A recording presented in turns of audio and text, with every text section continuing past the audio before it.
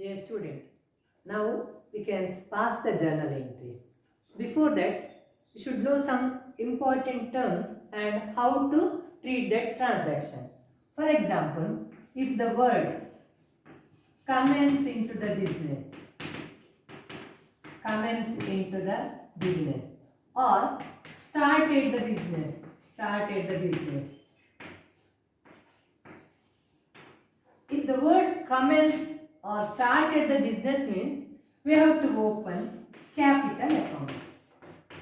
So ಕೆಲವು words ನೋಡಿ ಹೇಗೆ ಅದನ್ನು ಬರೀಬೇಕು, ಯಾವ ಅಕೌಂಟ್ ಓಪನ್ ಮಾಡಬೇಕು ಅಂತ ಹೇಳ್ತೇನೆ. For example, Suresh commences business with or Suresh started the business. So if the word commences the business or started the business means we have to open the capital account. ಈ ಎರಡು ವರ್ಡ್ ಬಂದ ಕೂಡಲೇ, ಯಾವುದೆಲ್ಲ word ಬಂದರೆ commenced ಅಂತ ಬಂದ ಕೂಡಲೇ ಅಥವಾ ಸ್ಟಾರ್ಟೆಡ್ ಅಂತ ವರ್ಡ್ ಬಂದ ಕೂಡಲೇ ಯಾವ ಅಕೌಂಟ್ ಓಪನ್ ಮಾಡಬೇಕು? Capital account. So capital is A liability, so it should be always credit. Asset is always debit and liability is always credit. So capital ಅಂತ ಬಂದಾಗ ಕ್ರೆಡಿಟ್ ಕೊಡಬೇಕು. ನೆನಪಿಡಿ ನೋಡಿ, ಇಲ್ಲಿ ಫಸ್ಟ್ ಅಕ್ಷರ ಸಿ ಉಂಟು. So capital is always credit, ಈಸಿಯಾಗಿ ನೆನಪಿಡಬೇಕು. Capital account ಬಂದ ಕೂಡಲೇ ಅದು ಕ್ರೆಡಿಟ್ ಆಗ್ತದೆ. ಆಗ ಒಂದು ಟ್ರಾನ್ಸಾಕ್ಷನ್ ನಿಮಗೆ ಸಿಗ್ತದೆ, ಯಾವುದು? ಕಮೆನ್ಸ್ಡ್ ಬಿಸ್ನೆಸ್ ಅಥವಾ ಸ್ಟಾರ್ಟೆಡ್ ಬಿಸ್ನೆಸ್ ಅಂತ ಹೇಳುವಾಗ ಕ್ಯಾಪಿಟಲ್ ಅಕೌಂಟನ್ನು ಕ್ರೆಡಿಟ್ ಮಾಡಬೇಕು. ಅರ್ಥ ಆಯ್ತಲ್ಲ? ಈಗ ಟ್ರಾನ್ಸಾಕ್ಷನ್ ಸುರೇಶ್ ಕಮೆನ್ಸ್ಡ್ ಬಿಸ್ನೆಸ್ ಅಂತ ಉಂಟು. ಸುರೇಶ್ ಕಮೆನ್ಸ್ಡ್ ಬಿಸ್ನೆಸ್ ಅಂತ ಕೊಟ್ಟಾಗ ಅವ ಬಿಸ್ನೆಸ್ಸಿಗೆ ಬರ್ತಾನೆ.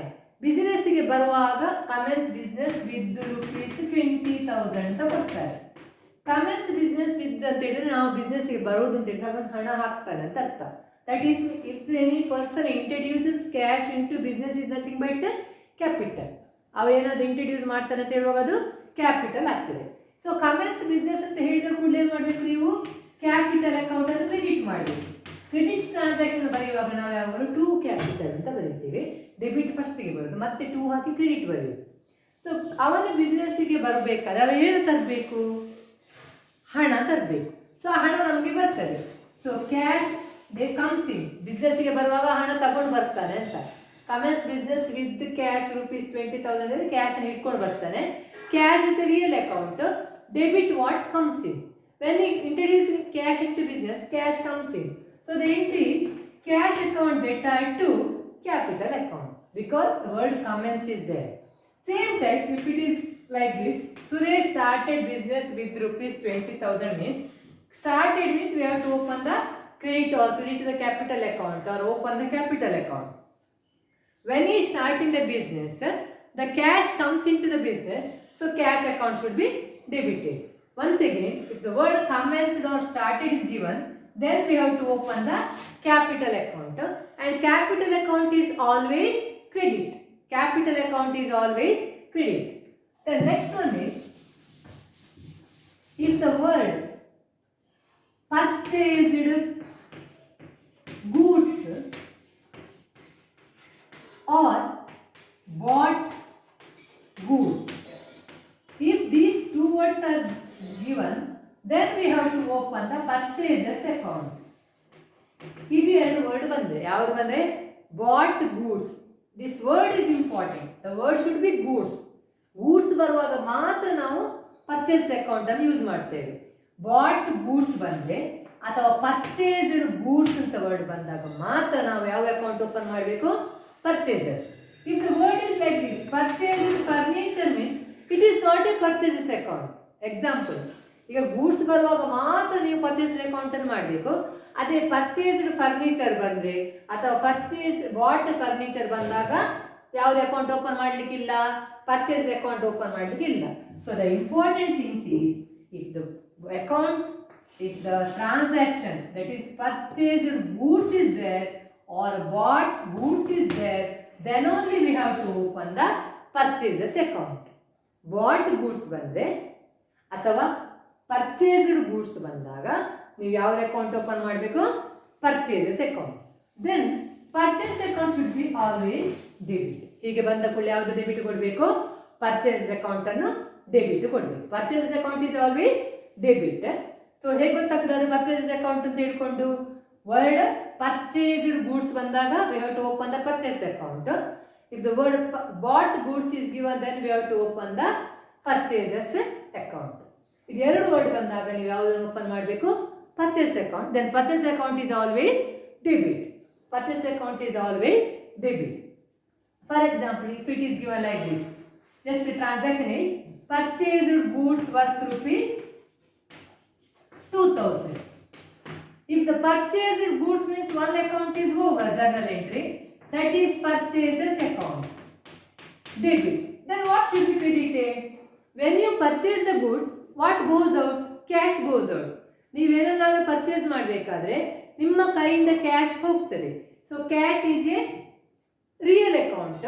When you purchase the goods comes in, that is purchase account should be debited always. Then what goes out? When you purchase cash goes out. Like that we have to pass the journal entry.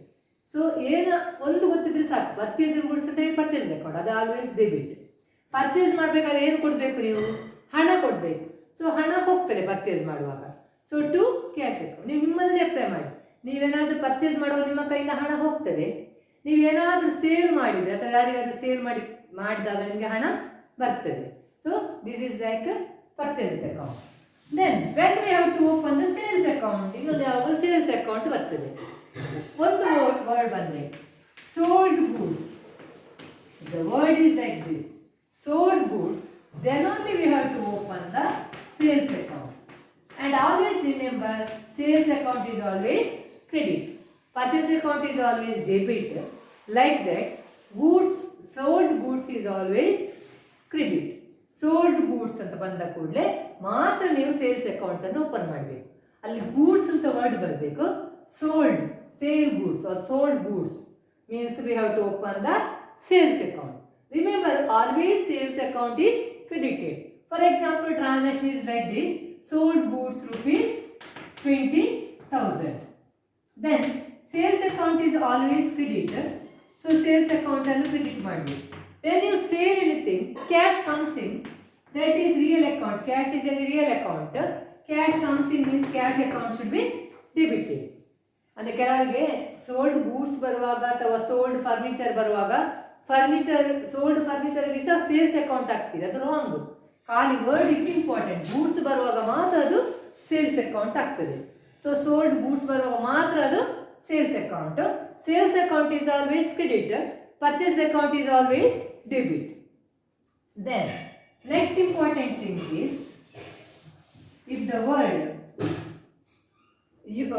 Goods used for personal purpose, personal use ಅಂತ ಬಂದಾಗ, private purpose ಅಂತ ಬಂದಾಗ, house hold purpose ಅಂತ ಬಂದಾಗ, for example goods used for personal use are the goods used for private purpose, house hold purpose ಅಂತ ಬಂದಾಗ, cash withdraw for personal use ಈ word ಬಂದರೆ ಪರ್ಸನಲ್ ಯೂಸ್ಗೆ ಬರುವಂಥದ್ದು ಅಥವಾ ಪ್ರೈವೇಟ್ ಪರ್ಪಸ್ಗೆ ಬರುವಂಥದ್ದು ಅಥವಾ ಹೌಸ್ ಹೋಲ್ಡ್ಗೆ ಯೂಸ್ ಮಾಡುವಂಥದ್ದು ಬಂದಾಗ we have to open the drawings account. Personal ಏನು ಬರ್ತದೆ ನಿಮಗೆ? Cash withdraw for personal use, goods withdraw for personal use ಹೀಗೆಲ್ಲ ಬಂದಾಗ, ಪ್ರೈವೇಟ್ ಪರ್ಪಸ್ ಬಂದಾಗ ಅಥವಾ cash withdraw for household purpose ಹೀಗೆ ಬಂದಾಗ ಇಂಪಾರ್ಟೆಂಟ್ ಇದು personal purpose or private purpose ಅಥವಾ ಹೌಸ್ ಹೋಲ್ಡ್ ಅಂತ ಬಂದಾಗ we have to open the drawings account. That means anything withdraw by the proprietor for his personal use, then we have to use the word drawings account. ಆಗಿರುವಾಗ ನೀವು drawings account ಅನ್ನು use ಮಾಡಿ. So the first letter is D. So drawings account is always debit. Drawings account ಅಲ್ಲಿ ಏನು ಮಾಡಬೇಕು? ಯಾವಾಗಲೂ debit ಮಾಡಬೇಕು. So ಇದರಲ್ಲಿ ಕೆಲವು ಟರ್ಮ್ಸ್ ಗೊತ್ತಿದ್ರೆ ಸಾಕು. Personal use, private purpose, house hold ಬರುವಾಗ ನೀವು ಯಾವುದನ್ನು ಓಪನ್ ಮಾಡಬೇಕು? ಡ್ರಾಯಿಂಗ್ಸ್ ಅಕೌಂಟ್ ಅನ್ನು ಓಪನ್ ಮಾಡಬೇಕು. ಇನ್ನು next step is what now comes for debit and for credit. Remember, in accountancy, if purchases, the opposite word is sales. Purchases ಗೆ opposite word ಯಾವಾಗಲೂ sales. If purchases is debit means sales is credit. ಹೀಗೆ. ಅದೇ drawings ಮತ್ತು capital ಯಾವಾಗಲೂ opposite word. So drawing is always debit So capital is always credit. Expenses is always debit. Income is always credit. ಇದಕ್ಕೆ opposite word account ಅಲ್ಲಿ ನೀವು ತಗೊಳ್ಬೋದು. ಯಾವುದನ್ನು ಕೊಟ್ಟರು ಉಲ್ಟಾ ಆಗ್ತದೆ.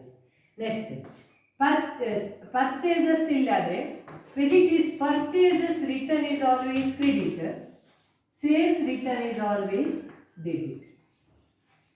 Always asset is debit and liability is credit.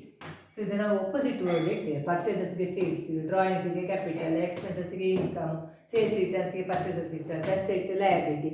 ಇದನ್ನೆಲ್ಲ ನಾವು ಅಕೌಂಟ್ ಅಲ್ಲಿ opposite word ಇಡ್ತೇವೆ. ಒಂದು ಡೆಬಿಟ್ ಸೈಡ್ ಗೆ ಬಂದ್ರೆ ಇನ್ನೊಂದು ಕ್ರೆಡಿಟ್ ಸೈಡ್ ಗೆ ಬರ್ತದೆ. ಒಂದು ಕ್ರೆಡಿಟ್ ಸೈಡ್ ಗೆ ಬಂದ್ರೆ ಇನ್ನೊಂದು ಡೆಬಿಟ್ ಸೈಡ್ ಗೆ ಬರ್ತದೆ. ಆಪೋಸಿಟ್ ಸೈಡ್ ಗೆ ಬರ್ತದೆ. ಸೊ ಯಾವಾಗಲೂ ನೆನಪಿಡಬೇಕು. Purchases always debit, drawings debit, expenses debit, sales returns debit, asset debit. ಬಾಕಿ ಅದರ ಆಪೋಸಿಟ್ ಯಾವುದು ವರ್ಡ್ ಗೊತ್ತುಂಟು ನಿಮಗೆ. ಪರ್ಚೇಸಸ್ನ ಆಪೋಸಿಟ್ ಸೇಲ್ಸ್, ಅದು credit. Drawings opposite the capital, ಅದು ಕ್ರೆಡಿಟ್. ಎಕ್ಸ್ಪೆನ್ಸಸ್ ಆಪೋಸಿಟ್ ಅದು ಇನ್ಕಮ್, ಅದು ಕ್ರೆಡಿಟ್. ಸೇಲ್ಸ್ ರಿಟರ್ನ್ಸ್ ಡೆಬಿಟ್ ಆದರೆ purchases returns credit. Asset debit ಆದರೆ ಲಯಬಿಲಿಟಿ ಕ್ರೆಡಿಟ್. ಇಷ್ಟೆಲ್ಲ ಗೊತ್ತಿದ್ರೆ ಇನ್ನು ನೆಕ್ಸ್ಟ್ ನಾವು ಜನರೇಟ್ ಹೇಗೆ ಅಂತ ನೋಡಿ.